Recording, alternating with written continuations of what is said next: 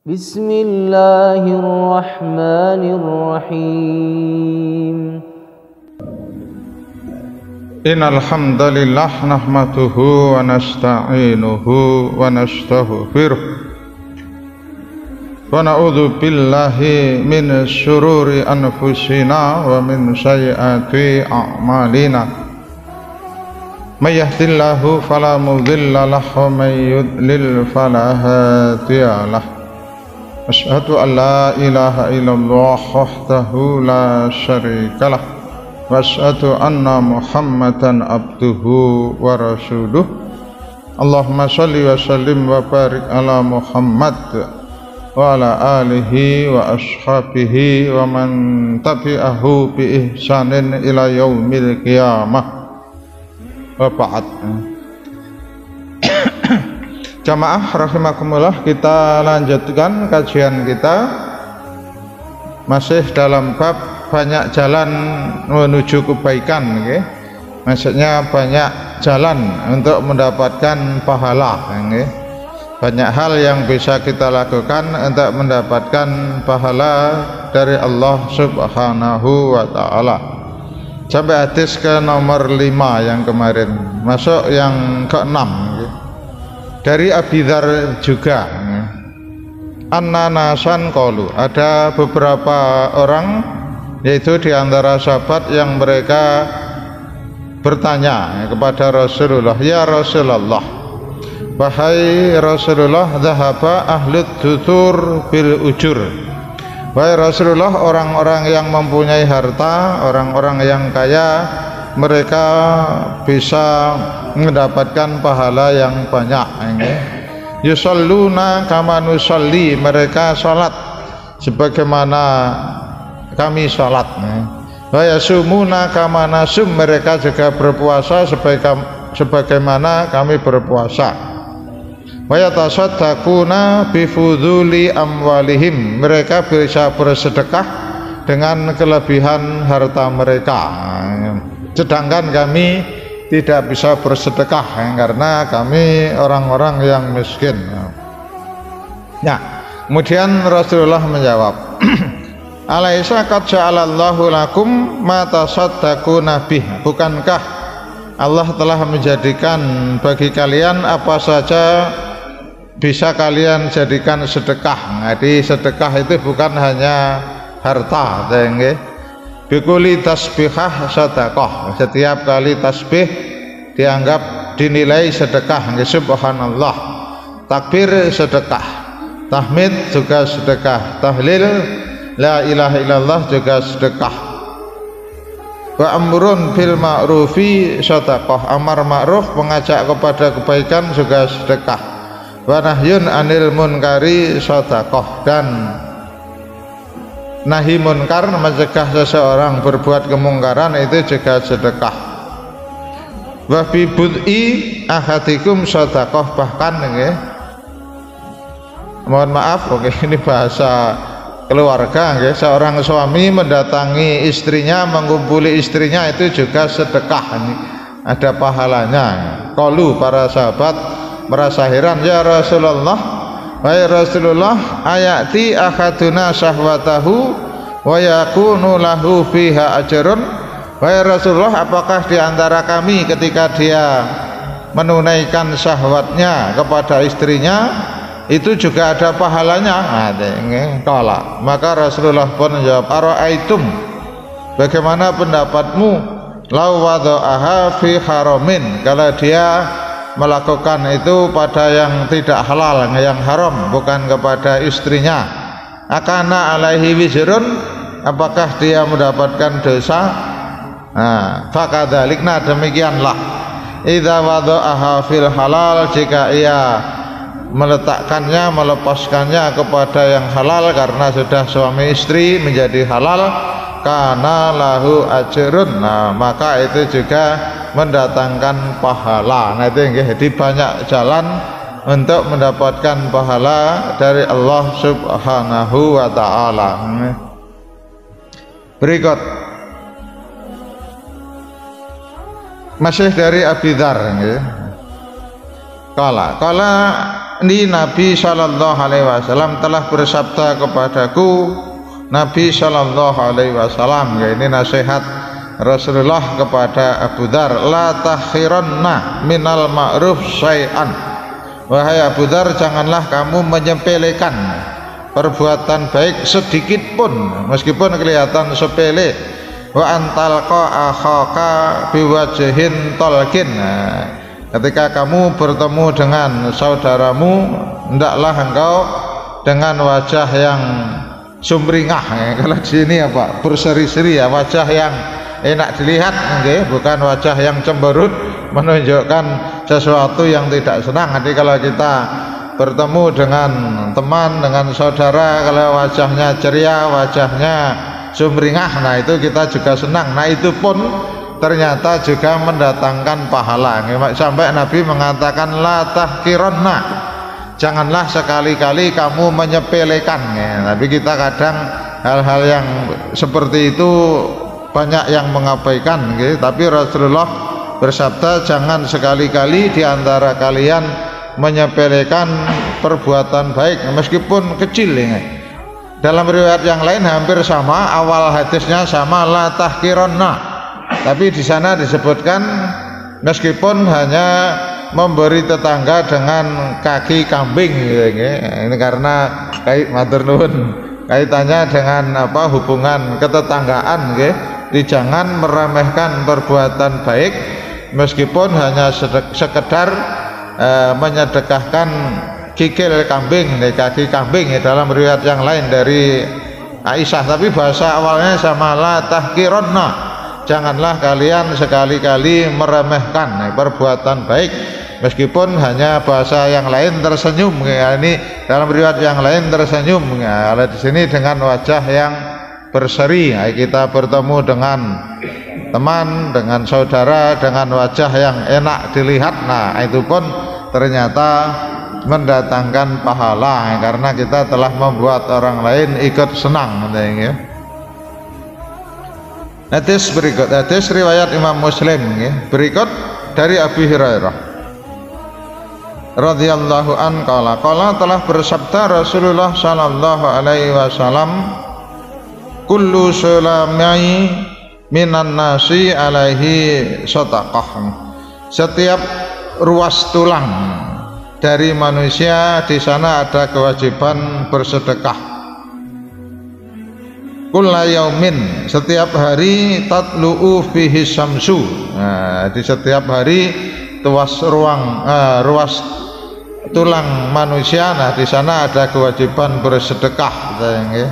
Setiap hari selama matahari masih terbit dari timur, ya. Nah, sedekahnya macam-macam, ya. Sedekah bukan hanya harta, tetapi kita berzikir, nah itu juga sedekah. Kalau di sini ta'dilu bainasnaini, kamu berbuat adil, nah, di antara dua orang yang berselisih, nah itu juga sedekah. Ada orang yang lagi ada masalah kemudian kita damaikan, nah itu juga sedekah. Waktu inur rajula fi dabbatihi, engkau menolong seseorang dalam kendaraannya, itu juga sedekah, ya. Menolong seseorang naik kendaraan, nah karena dulu naiknya kuda unta, ya, yang kadang tinggi, mau naik susah, nah ditolong, dibantu agar bisa naik kendaraan, nah itu juga sedekah, ya. Sini terjemahnya menolong seseorang menaiki hewan tunggangan, nah, karena waktu itu, ya, yang dinaiki kuda unta yang kadang tinggi, nah, kalau tidak dibantu kadang sulit. Maka ini ya kaitannya memang zaman dulu, ya. Kalau sekarang rata-rata naik motor bandek, naik mobil juga tidak terlalu tinggi, mudah, ya. Fatahmiluhu alaiha, atau engkau menolong seseorang untuk mengangkat barang-barangnya. Ada orang yang menaikkan barang ke atas kendaraannya, mau diangkut ke tempat yang lain, nah, maka itu pun juga alaiha shadaqah, okay? Nah, di sini fatahmiluhu alaiha atau tarfa'u lahu alaiha mata'ahu shadaqah, okay? Jadi membantu seseorang menaikkan barangnya ke atas kendaraan, nah, itu sedekah. Ya kalau sekarang ya tidak harus barang ya. Jadi apapun prinsipnya yang itu membantu orang lain, nah itu juga sedekah tenaga ya. Bisa sedekah tenaga, bisa sedekah pemikiran yang memberikan masukan yang bagus, nah itu juga sedekah ya. Wal kalimah at-thayyibah sedekah, kalimat-kalimat yang baik. Nah tadi sudah ada tahmid, ada tahlil, ada tasbih, ada tahlil, dan kalimat-kalimat thayyibah yang lain. Jadi yang dimaksud kalimat thayyibah di sini adalah bacaan-bacaan zikir pendek. Sini terjemahnya apa? Di sini terjemahnya setiap terjemahnya malah tidak ada ucapan yang baik di sini.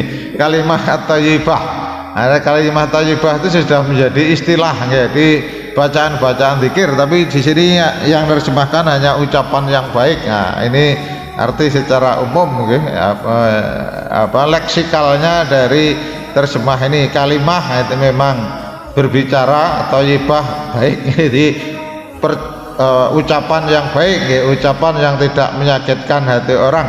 Tapi sebetulnya kalimat thayyibah itu sudah menjadi istilah, kita bacaan tasbih, tahmid, takbir, tahlil, nah itu yang dikenal dengan kalimat thayyibah. Tapi di sini nerjemahkannya tekstual ya. Menurut bahasanya kalimat thayyibah ya ucapan yang baik ya, tapi tidak masalah. Kadang ada yang menerjemahkan begitu tekstual. Wa bi kulli khatwatin tamsiha ila shalah sadaqah, dan setiap langkah yang kau berjalan dengan langkah itu ila shalah, menuju salat ke masjid, sedekah. Nah, di panjenengan dari rumah berapa puluh langkah, nah itu sedekah. Nanti ada satu sahabat yang diceritakan yang dia rumahnya sangat jauh dari masjid, tapi dia sama sekali tidak pernah tertinggal dari salat berjamaah. Insya Allah akan ketemu hadisnya yang itu dipuji oleh Rasulullah Sallallahu Alaihi Wasallam. Jadi setiap langkah yang kita langkahkan menuju salat, untuk salat berjamaah ke masjid, nah maka itu sedekah. Maka semakin jauh, nah tentunya juga semakin banyak sedekahnya. Atau penjenengan naik motor atau naik mobil, nah itu juga ya wallah alam hitungannya. Kalau naik motor apa, kalau naik mobil hitungannya apa, kalau berjalan hitungannya setiap langkah. Yang jelas Allah Maha Adil, mungkin setiap putaran roda nanti satu langkah, wallah alam. Tapi yang jelas Allah Maha Adil. Nah begitu. Wa tumitul adza anit tariq shadaqah, kamu menyingkirkan gangguan dari jalan, nah itu juga sedekah ya. Ada sesuatu yang mengganggu di jalan, nah, kemudian kita menyingkirkan agar orang lain tidak terganggu, nah itu sedekah ya. Oleh ini dulu terjemahnya sering diterjemahkan menyingkirkan duri dari jalan ya. Kalau sekarang di kota sudah tidak ada duri ya, adanya paku ranjau. Kalau kita tahu disingkirkan ya, karena ada orang yang mencari rezeki dari cara-cara yang tidak baik ya. Biar banyak kempas, dia pekerjaannya ada hasilnya, dia membuat ranjau paku biar bannya gembos, nah dia mendapat pekerjaan. Nah ini tentu perbuatan yang amat sangat tidak baik ya. Yang kita disuruh menyingkirkan gangguan, nah ini malah membuat gangguan ya. Berikut hadisnya masih hampir sama ya. Intinya banyak zikir ya.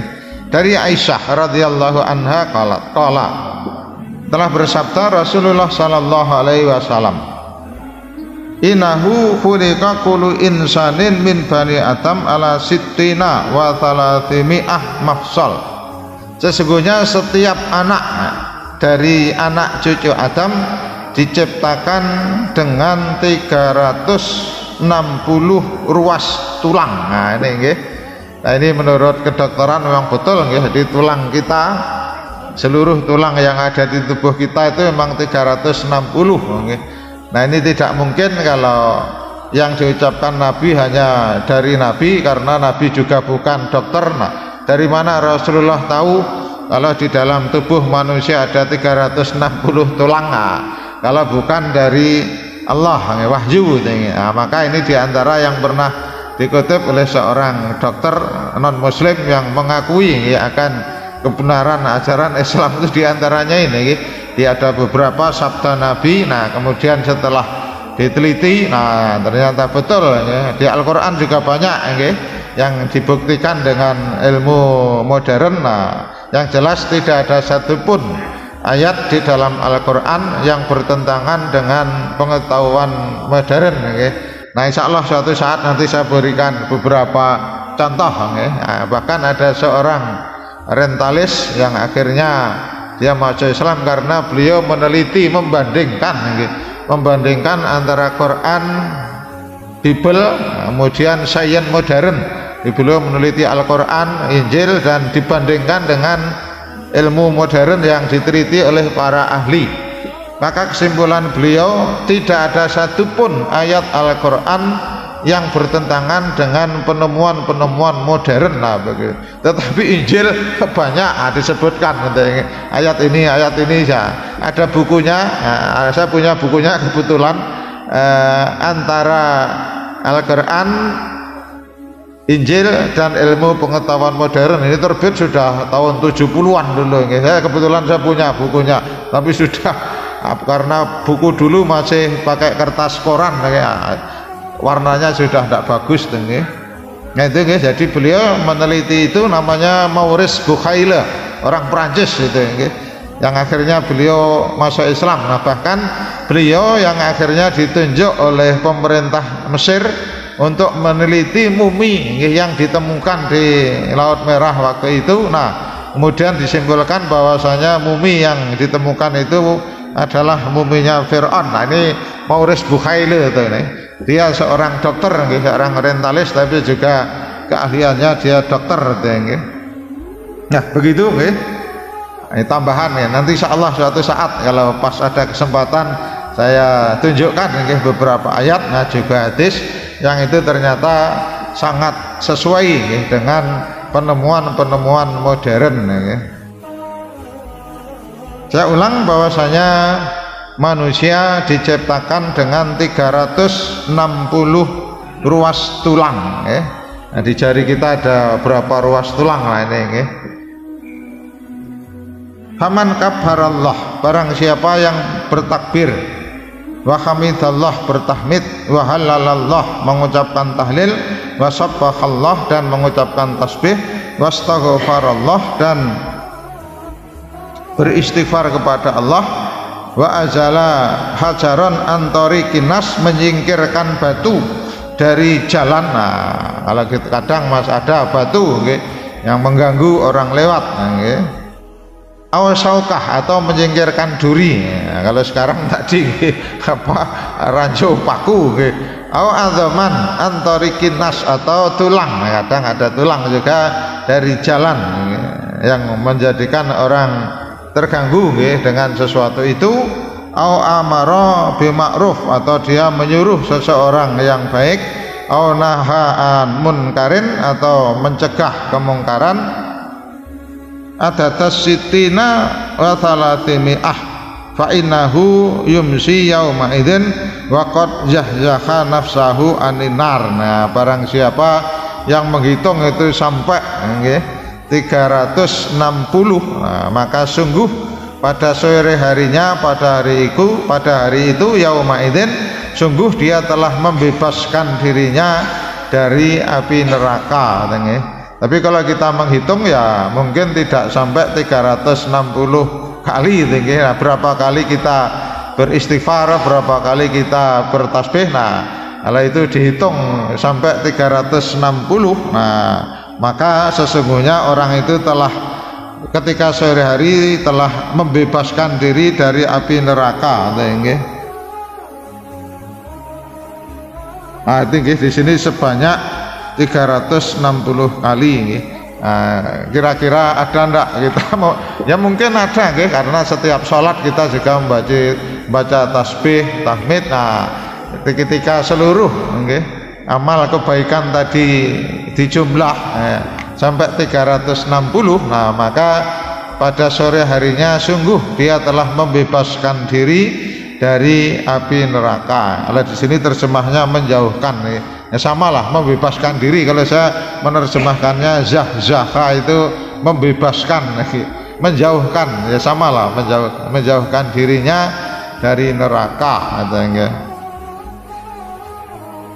Berikut hadis ke 10 dari Abu Hurairah dari Nabi Shallallahu Alaihi Wasallam qala man ghada ilal masjid aw raha, barang siapa yang berpagi-pagi ke masjid untuk salat, tentunya aw raha atau di sore hari ke masjid untuk salat, maka a'atallahu lahu fil jannah nuzulan, maka Allah menyiapkan di surga sebuah rumah, tempat singgah, sebuah persinggahan. Kalau nuzulan itu kan tempat turun, manzil, yang kadang juga diterjemahkan rumah, tapi di sini penerjemah menerjemahkan tempat singgah, yang jelas suatu tempat. Nah, kullama ghada aw raha, setiap pagi dan juga sore. Jadi prinsipnya ketika kita pergi ke masjid untuk melakukan sholat berjamaah, nah maka dengan itu Allah mempersiapkan nanti di surga tempat singgah, tempat tinggal. Nah, tentunya dinikmati nanti. Di sekarang kita belum menikmati yang sebenarnya. Nah, mungkin kalau kita menikmati ya diberi ketenangan, ketentraman, tidak gelisah. Jadi kita banyak pergi ke masjid untuk melakukan sholat jamaah. Nah, pahala yang sebenarnya belum didapat. Nah, didapatnya nanti di akhirat. Di dunia mungkin kita tidak mendapatkan apapun yang sifatnya materi, ya mungkin dari sifatnya kejiwaan, ya kita tenang, ya kita tidak banyak gelisah, ya kalau kita banyak beribadah, ya.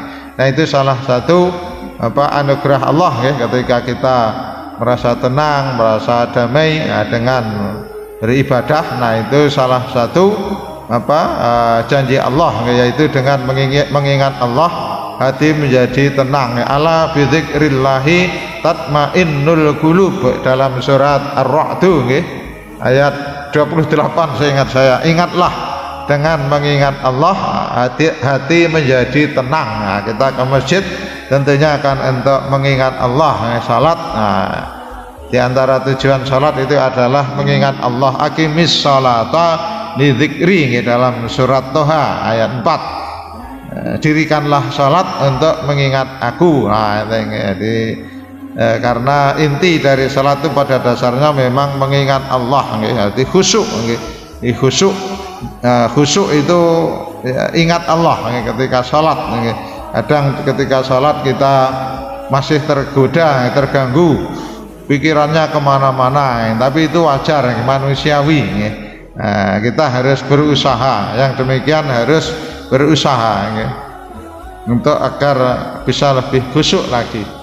Dari Abi Hurairah radhiyallahu anhu. Oh, ini tadi hadis yang sempat saya singgung di awal, ya nisa al muslimat. Jadi Rasulullah bersabda khususnya kepada wanita-wanita muslimah waktu itu, ya, meskipun yang meriwayatkan Abu Hurairah. Jadi Abu Hurairah mendengar ketika Rasulullah menyeru kepada wanita-wanita muslimat waktu itu, ya nisa al muslimat la tahkiranna, sama tadi, janganlah sekali-kali kalian meremehkan jaratun li jaratiha, tetangga terhadap tetangganya, walau firsani syatin, meskipun hanya dengan kaki kambing, memberikan kepada tetangganya kaki kambing. Nah, orang Arab ya hanya kalau firsan sah itu hanya karena biasanya sana malah kadang apalagi kalau pas kurban itu terbuang-buang, ya. Kalau di kita kan tidak ada yang terbuang, ya. Jadi kalau orang Arab kalau kaki kambing, kepala itu biasanya males ngolah, ya. Biasanya ditinggalkan, ya. Nah, yang mereka ambil ya hanya daging. Kalau kepala, kaki itu biasanya tidak banyak yang memanfaatkan, kecuali orang-orang yang miskin. Nah, maka di sini pun Rasulullah mengingatkan jangan menyepelekan, meskipun hanya kaki kambing. Nah, itu jadi kalau kita meskipun kaki kambing kan juga sangat berharga atau di shop saja. Tapi ya itulah karena orang ke sana namanya kalau masak kambing itu tidak seperti kita gitu. Mereka apalagi kadang makanannya cuma kambing gitu, tidak daging gitu, tidak dicampur dengan apapun ya, makannya hanya daging kambing itu. Tapi kalau kita hanya makan daging kan biasanya perutnya yang tidak kuat ya. Begitu jadi meskipun hanya kaki kambing kita tidak boleh menyepelekan ya. Kalau kita mungkin masih banyak lagi yang sepele, apalagi ibu-ibu kadang ketika masak tiba-tiba aja garamnya habis yang di luar tidak sadar. Kita minta tetangga yang seperti itu termasuk di sini atau garam mungkin lomboknya habis atau apapun lah dari bumbu-bumbu di dapur yang ternyata ada satu yang kita kehabisan. Itu sepele kan, tapi kalau tidak ada ya bikin masakan jadi rasanya sudah beda. Nah, maka yang sepele-sepele seperti itu, nah maka kita juga tidak boleh menyepelekan karena bagaimanapun yang demikian akan mendapatkan pahala dari Allah Subhanahu wa taala. Berikut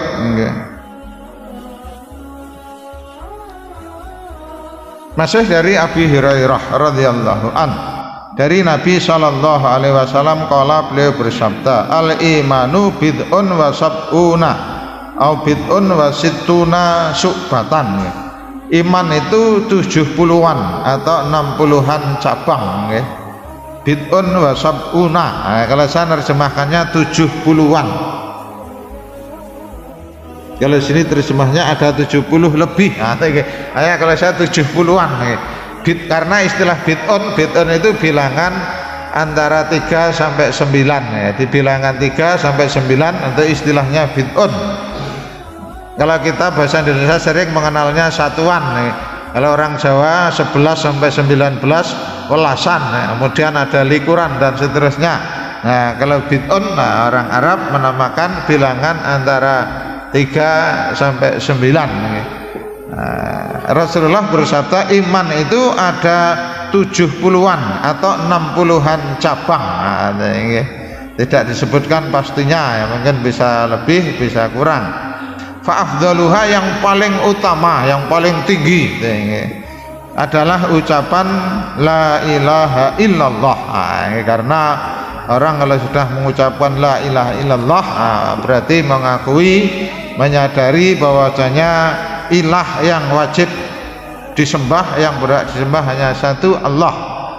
Dan orang kalau sudah mengucapkan la ilaha illallah yang ia betul-betul yakin, nah itu jaminan untuk tidak kekal di neraka.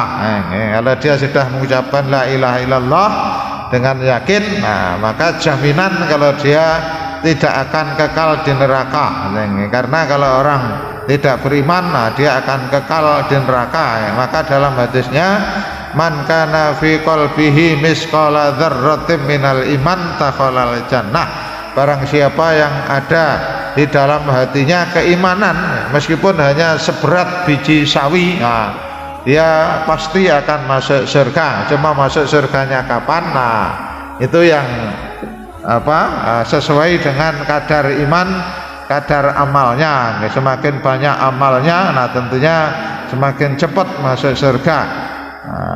Kalau orang banyak amal saleh, imannya juga sangat kuat, sangat tinggi, nah bisa jadi ada yang langsung masuk surga. Tapi kalau rata-rata manusia pernah berbuat dosa, nah kecuali dosanya diampuni oleh Allah, maka bisa langsung masuk surga. Yang jelas itu haknya Allah ya. Nah, kewajiban kita beriman, kemudian beramal soleh, meninggalkan yang maksiat. Nah itu ya. Nah, perhitungannya tentunya Allah maha cermat ya. Allah tidak pernah mendolimi hambanya ya. Jadi iman yang paling tinggi sekali lagi adalah ucapan la ilaha illallah, diyakini dengan hati, betul-betul meyakini Allah adalah satu-satunya zat yang berhak disembah, satu-satunya Tuhan. Selain Allah adalah makhluk yang sama sekali tidak layak untuk disembah. Wa adnaha, dan yang paling rendah adalah imatatul adza anit thariq, menyingkirkan duri dari jalan, menyingkirkan gangguan dari jalan. Di atas tadi sudah disebutkan bisa batu, bisa tulang, bisa duri atau apapun. Kalau sekarang kemarin ada uli tumpah yang kecelakaan di mana, kayaknya di sekitar Bantul di sini, tapi daerah timur sana saya kebetulan baca gara-gara uli. Mungkin tidak ada yang tahu, belum ditimbun tanah, ada yang melewati akhirnya terjatuh karena sangat licin kan. Wal haya'u syu'batun minal iman, dan malu adalah bagian dari iman. Jadi rasa malu. Nah, malu di sini tentunya malu berbuat yang tidak baik. Tapi kalau malu untuk melakukan kebenaran kok malu, nah tentu menjadi tidak baik. Jadi yang dimaksud malu di sini adalah malu ketika dia berbuat yang tidak baik, kemudian diketahui oleh orang lain. Berikut ini hadisnya agak panjang mungkin. Masih berapa menit nih? Masih 6 menit. Kita baca aja terjemahnya. Dari Abu Hurairah radhiyallahu an, bahwasanya Rasulullah sallallahu alaihi wasallam bersabda, pada suatu ketika ada seorang laki-laki berjalan di suatu jalan, kemudian ia merasa sangat haus, lalu ia menemukan sebuah sumur, kemudian turun di dalamnya terus meminum air. Setelah itu ia pun keluar, naik lagi. Tiba-tiba ada seekor anjing yang mengulur-ngulurkan lidahnya sambil makan tanah karena juga hausnya. Orang itu membatin, berkata dalam hatinya. Bahasa kita yang membatin. Sebentar saya baca.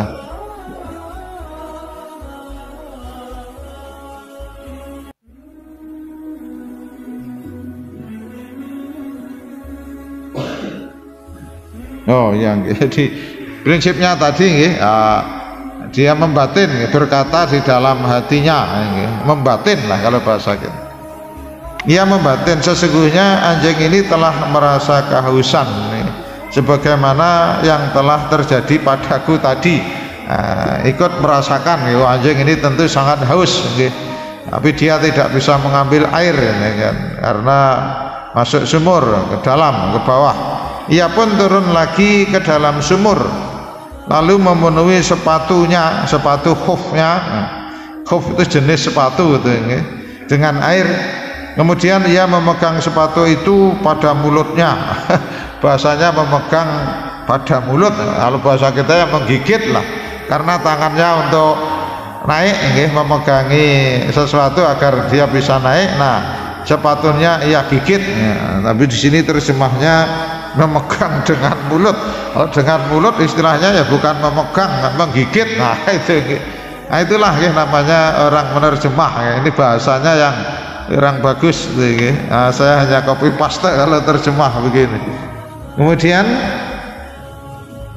Kemudian ia memberi minum pada anjing tersebut. Nah, Allah berterima kasih pada orang tadi dan memberikan pengampunan padanya. Jadi Allah senang dengan orang yang membantu makhluknya.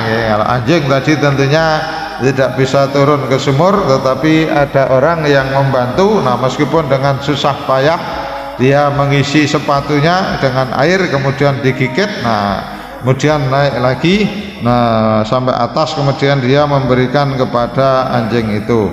Para sahabat bertanya,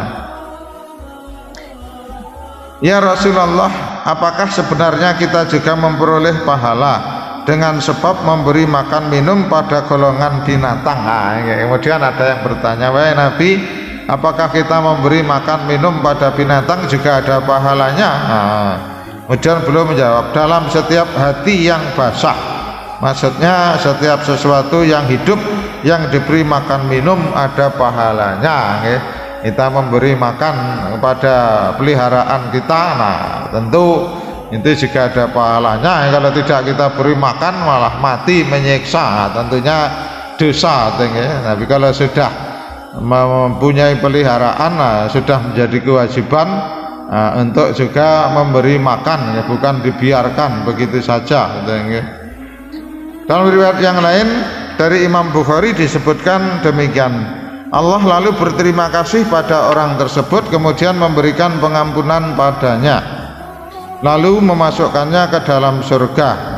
Dalam riwayat lain dari Imam Bukhari dan Muslim disebutkan pula, pada suatu ketika ada seekor anjing berputar-putar di sekitar sebuah sumur. Hampir saja ia terbunuh karena kehausan. Tiba-tiba ada seorang wanita pelacur dari golongan kaum pelacur Bani Israel melihatnya. Wanita itu lalu melepaskan sepatunya, kemudian mengambilkan air untuk anjing tadi dan meminumkan air itu padanya. Maka dengan perbuatan itu diampunilah wanita tersebut. Nah, itu jadi meskipun seseorang yang secara kebiasaan orang yang tidak baik, nah, tetapi ketika dia memberikan bantuan meskipun hanya kepada seekor binatang, nah yang demikian pun ternyata mendapatkan pahala, bahkan ampunan dari Allah Subhanahu wa taala. Maka tadi pesan Nabi, jangan sekali-kali menyepelekan perbuatan baiknya. Kalau yang kita kenal Abu Hurairah, diberi gelar Abu Hurairah bapaknya kucing, karena Abu Hurairah itu kalau sedang berjalan kemana saja, kalau ketemu kucing kecil yang di jalan yang tidak terurus, ditinggal ibunya, pasti dia bawa pulang, kemudian dia asuh. Kemudian Rasulullah memberi kunyah, memberi julukan Abu Hurairah bapaknya kucing, yang nama aslinya Abu Hurairah yang banyak meriwayatkan hadis. Jadi sahabat yang paling banyak meriwayatkan hadis adalah Abu Hurairah, yang nama aslinya adalah Abdurrahman. Nama aslinya Abu Hurairah itu Abdurrahman bin Sakhr. Dia mendapat kunyah, julukan panggilan dari Nabi Abu Hurairah, karena tadi dia suka mengasuh kucing kecil. Hurairah itu kucing kecil. Kalau Hirun, nah itu kucing dewasa. Kalau Hurairah, nah itu kucing kecil. Demikian, semoga bermanfaat. Insyaallah kita lanjutkan pada pertemuan minggu depan. Assalamualaikum warahmatullahi wabarakatuh.